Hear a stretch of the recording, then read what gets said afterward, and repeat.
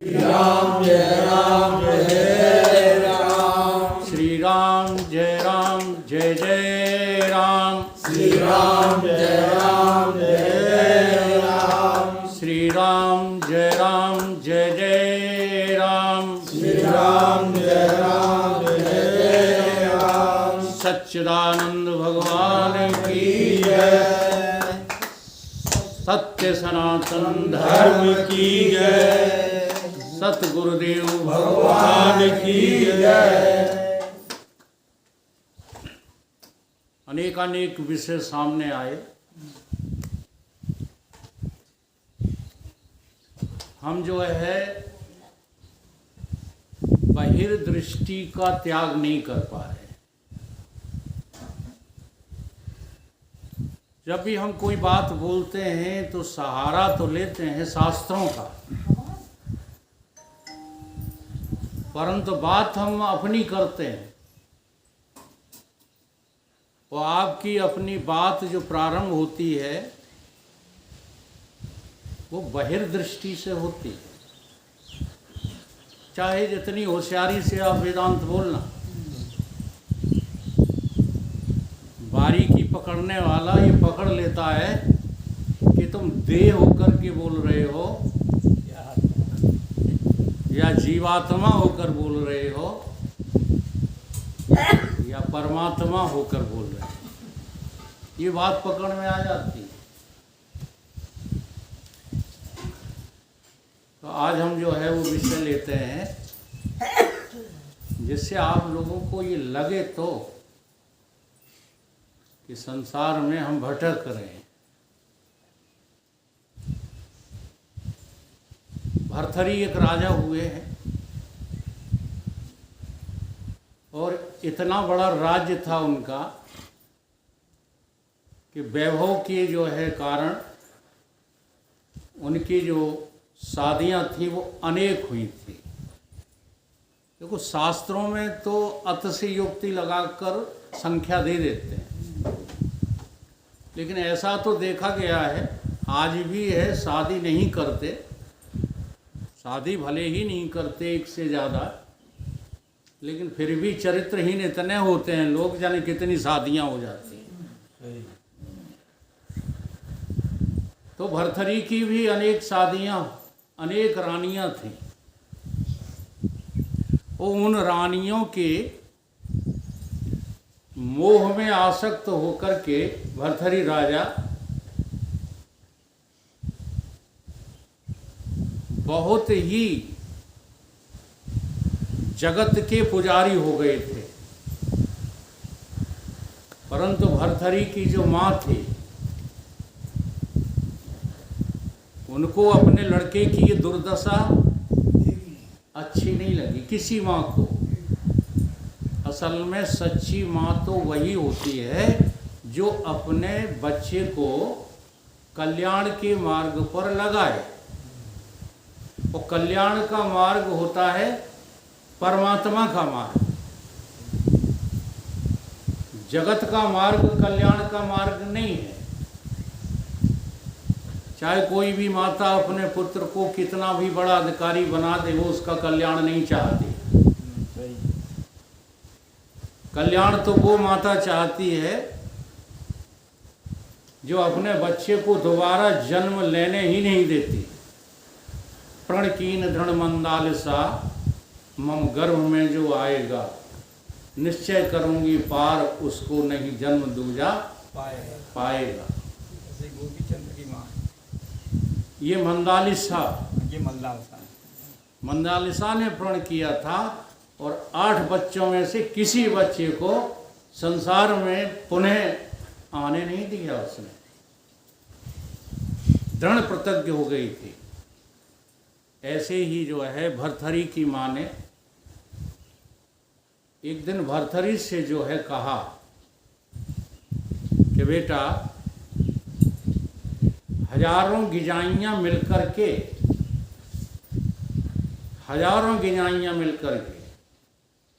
क्या किसी मांसाहारी कीड़े को सुख दे सकती हैं?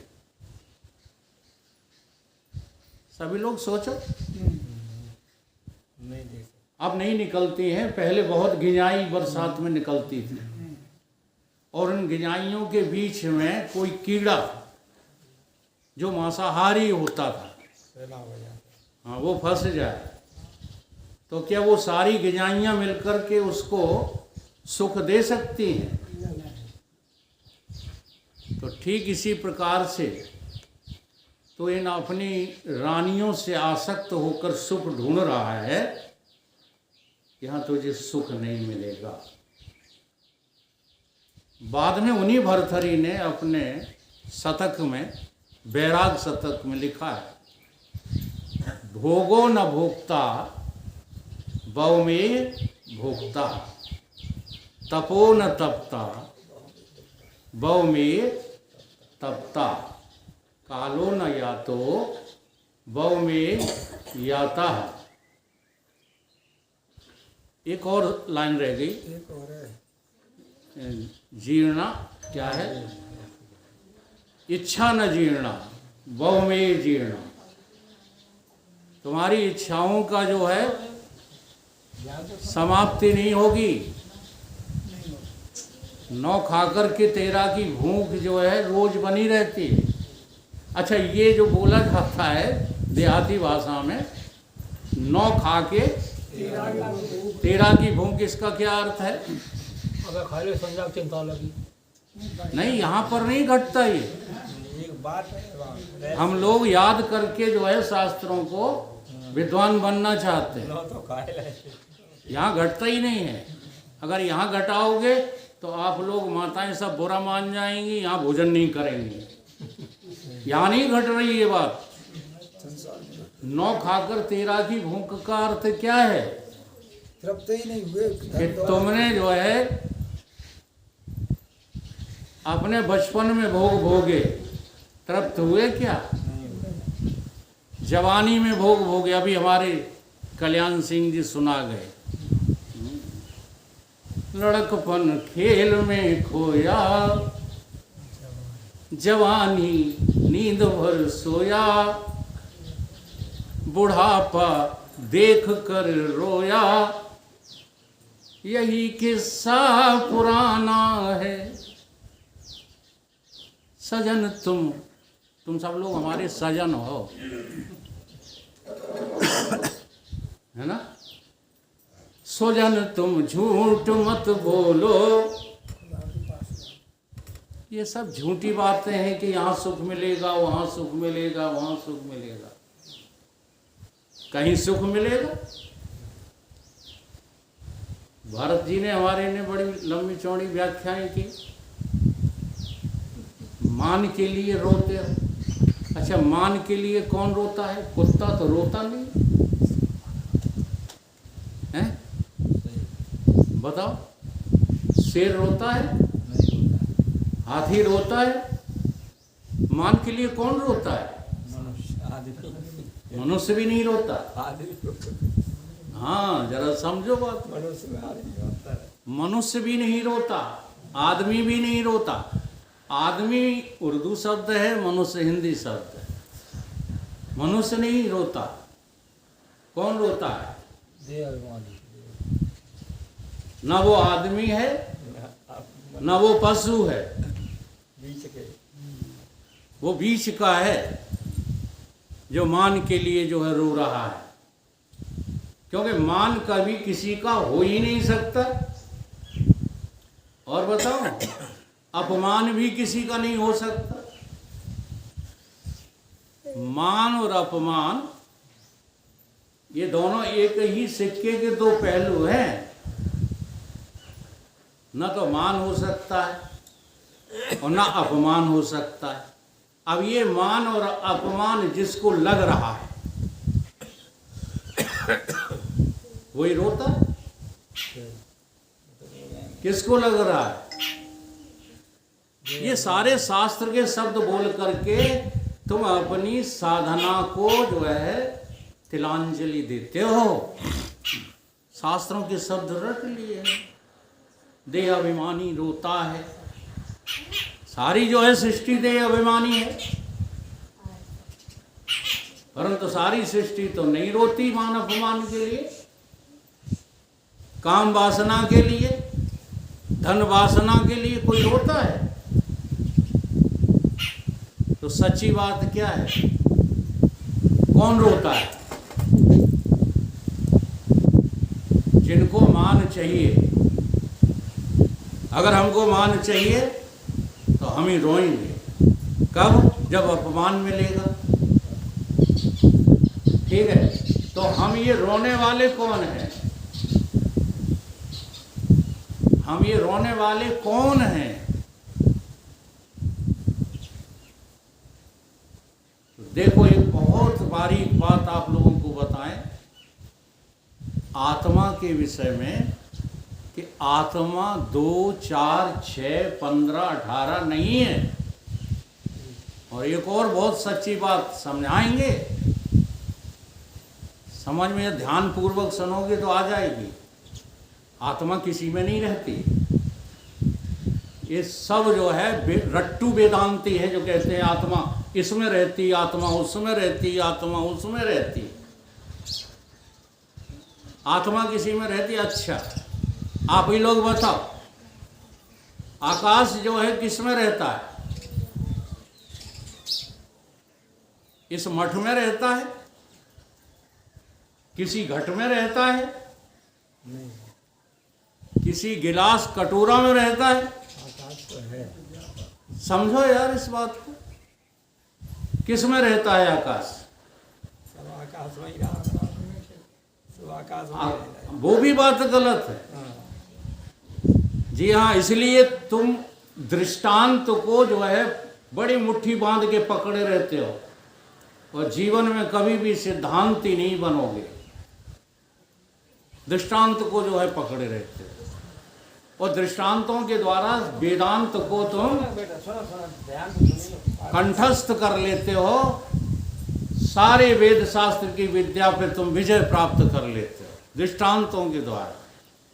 आज इतनी कथाएं चल रही हैं, सब ये दृष्टांत ही तो चल रहे हैं। अभी मैंने भर्तरी का दिया, वो दृष्टांत दिया।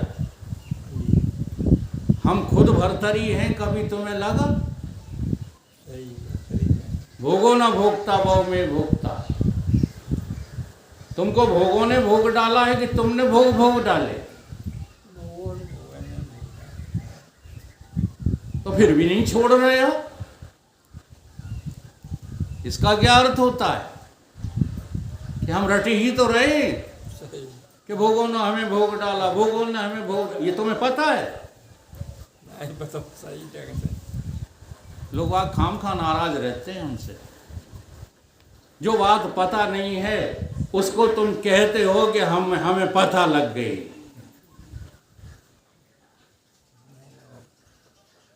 कालो ना या तो वो में ही आता।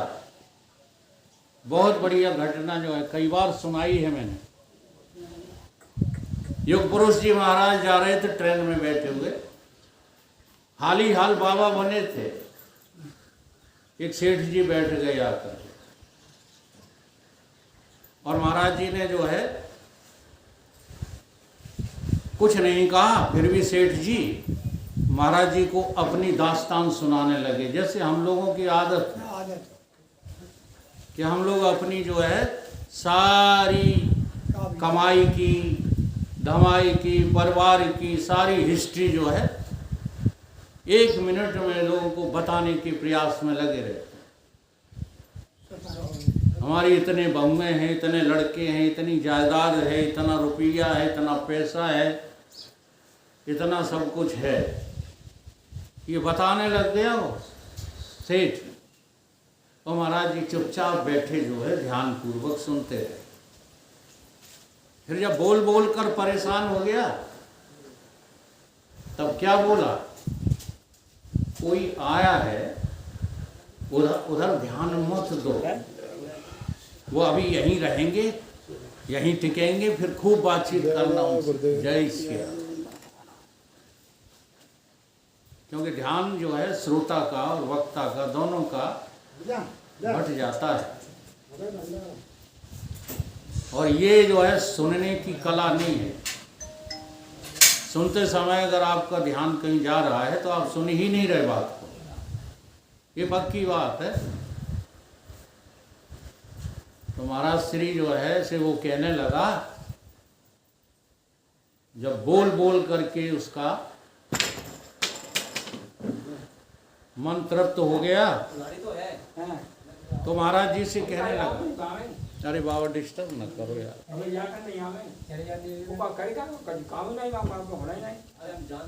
तुम्हें काट ले भाई जय श्री राम, जय श्री राम।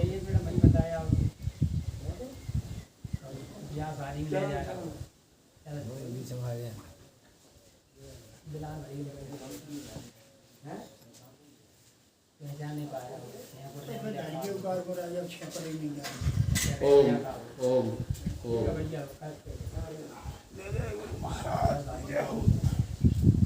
सेठ कहने लगा,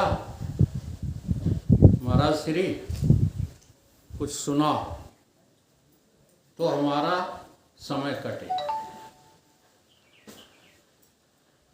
चुप रहे। दोबारा फिर कहा उसने, तिबारा फिर कहा कि महाराज जी कुछ सुनाओ तो हमारा आपका समय कटे। जब नहीं रहा गया महाराज जी से तो महाराज जी ने कहा कि तुम्हारी बहुएं तुम्हारा समय नहीं काट पाई, तुम्हारी पत्नी तुम्हारा समय नहीं काट पाई, तुम्हारी जायदाद तुम्हारा समय नहीं काट पाया, तुम्हारी प्रॉपर्टी, तुम्हारा यश वैभव समय नहीं काट पाया। अब एक साधु से समय कटवाना चाहते हो तो समय काटने के लिए जो है हम लोग सत्संग करते हैं। बचपन में खेला करते थे ना, समय बिताने के लिए करना है कुछ काम, शुरू करो अंताक्षरी लेके हरि का नाम। तो समय काटने के लिए सत्संग होता है। महाराज जी ने कहा, तुझे होश भी है, सेठ बना फिरता है, समय ने तुझे काट डाला है, समय ने तुझको काट डाला है, अब तो थोड़ा सा तू बचा है। हाँ, समझ जे, नहीं तो जो है ये समय इसको भी काट डालेगा। कालो न या तो बहु में ही आता। इसलिए जो है होश में आकर के जो है ये कथाएं बोली जाती हैं और सुनी जाती हैं। जो वाणी पे तुम्हारे आ गया, जो मन में तुम्हारे है, जो दिल में बस गई है बात, उसी को बोल देने का नाम जो है सत्संग नहीं है। जी हाँ, सत्य का संग तुमने किया है क्या? अगर सत्य को आपने देखा नहीं है, सत्य को आपने चखा नहीं है, सत्य से आप क्रीड़ित नहीं हुए, खेले नहीं हो सत्य के साथ, क्रीड़ा कहते हैं, शब्द है क्रीड़ा। भगवान ने जो है श्रीमद् भगवत गीता में अर्जुन को यही कहा है, आत्म तृप्ति, आत्म क्रीड़ा, आत्म मैथुन, आत्मरथ जब तक तू नहीं हो रहा है तभी तक तुझको ये दुनिया के दुख सता रहे। एक बार कोई आत्मरथ हो जाए, एक बार क्या, एक क्षण, बोलते तो रहते हैं हम, लेकिन उस बात का मतलब नहीं समझते। जो सुख लव सत्संग, एक क्षण के लिए। कभी क्या आपने सत्य का, आत्मा का संग किया? अब आत्मा सर्वत्र है, आत्मा सर्वस्व है, आत्मा सर्वकाल में है, ये कहते रहते हो कि आपके अनुभव में भी है ये। अगर ये आपके अनुभव में होगा तो आप ही आत्मा निकलोगे, कोई और थोड़ी निकलेगा। तो देखो, हमारे पास साधना करने के लिए परमात्मा ने इस मनुष्य शरीर में हमारी ही शरीरों की अवस्थाएं दी हैं। स्थूल शरीर की अवस्थाएं, सूक्ष्म शरीर की अवस्थाएं और कारण शरीर की अवस्थाएं, और तीनों को हमें जो है बहुत बारीकी से समझ लेना है। अगर स्थूल शरीर की अवस्थाओं को तुमने समझ लिया तो स्थूल शरीर से आपका मोह समाप्त हो जाएगा। और स्थूल शरीर से मोह समाप्त होने का कोई नाटक नहीं होता, अभिनय नहीं होता कि खाना छोड़ दो, पीना छोड़ दो, वस्त्र फेंक दो, लाल पहन लो, पीले पहन लो, नीले पहन लो। ऐसा थोड़ी होता है। बल्कि हमें दिखने लगता है कि स्थूल शरीर नाम की कोई चीज है ही नहीं, है अगर तो चेतन है। सूक्ष्म शरीर नाम की कोई चीज है नहीं। अब देखो, जब चीज नहीं है, घड़ा है ही नहीं, तो मट्टी घड़े में रहेगी। मकान है ही नहीं तो मिट्टी मकान में रहेगी। परंतु एक ही बात रटते रहते हैं और उसी गफलत में जो है हम ऊट पटांग अभिनय करने लगते हैं। जी हाँ, इसमें भी है, उसमें भी है, हाथी में भी है, चींटी में भी है। वहां समदर्शन के लिए कहा गया है। ये नहीं कहा गया कि चींटी में हम अलग से हैं, हाथी में हम अलग से हैं, चंडाल में हम अलग से हैं। ये थोड़ी कहा गया, बल्कि ये कहा गया है कि सर्वत्र हम ही हैं। हाथी, चींटी, चंडाल आदि का तो पर्दा अज्ञान की वजह से पड़ा हुआ है। उस चेतन को पहचानो। तुम चेतन सत्ता हो। जड़ सत्ता की तो तुम्हारे अंदर लेश मात्र भी जगह है ही नहीं। ऐसे ही जागृत, स्वप्न, सुषुप्ति तुम्हारी बुद्धि की अवस्था है, सूक्ष्म शरीर की अवस्था है। इसी प्रकार से जो है अज्ञान और अज्ञान जन अंधकार, जिसे हम क्या कहते हैं, रात्रि और रात्रि का सुख, ये त्रिपुटी भी तुम्हारे कारण शरीर की अवस्थाएं हैं।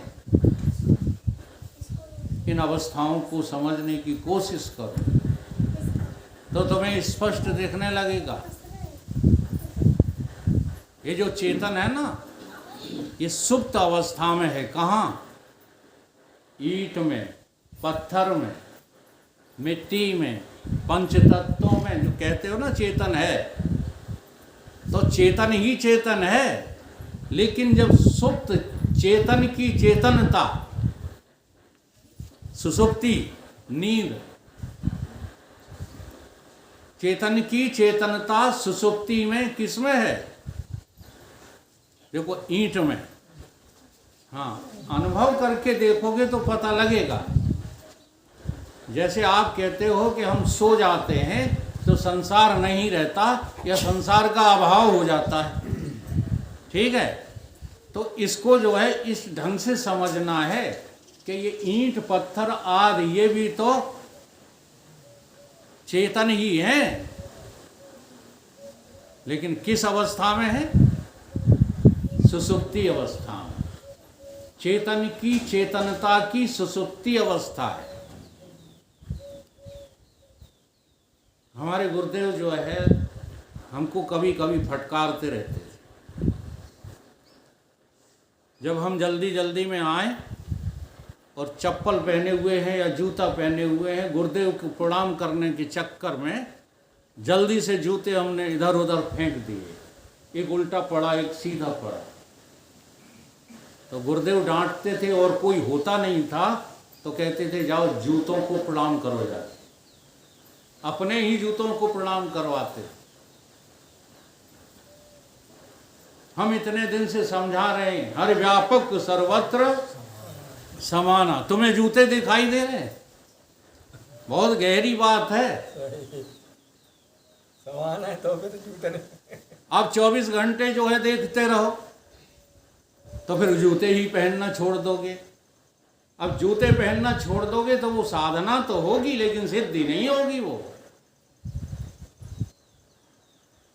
जो जूता नहीं पहनते थे साधना काल में, कपड़े नहीं पहनते थे साधना काल में, उनको भी जो है इंद्र के सिंहासन पर इंद्र बना के बिठा दिया जाता है।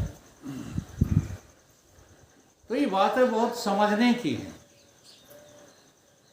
अब चेतन की चेतनता की स्वप्न अवस्था क्या है? ये वनस्पतियां क्या हैं?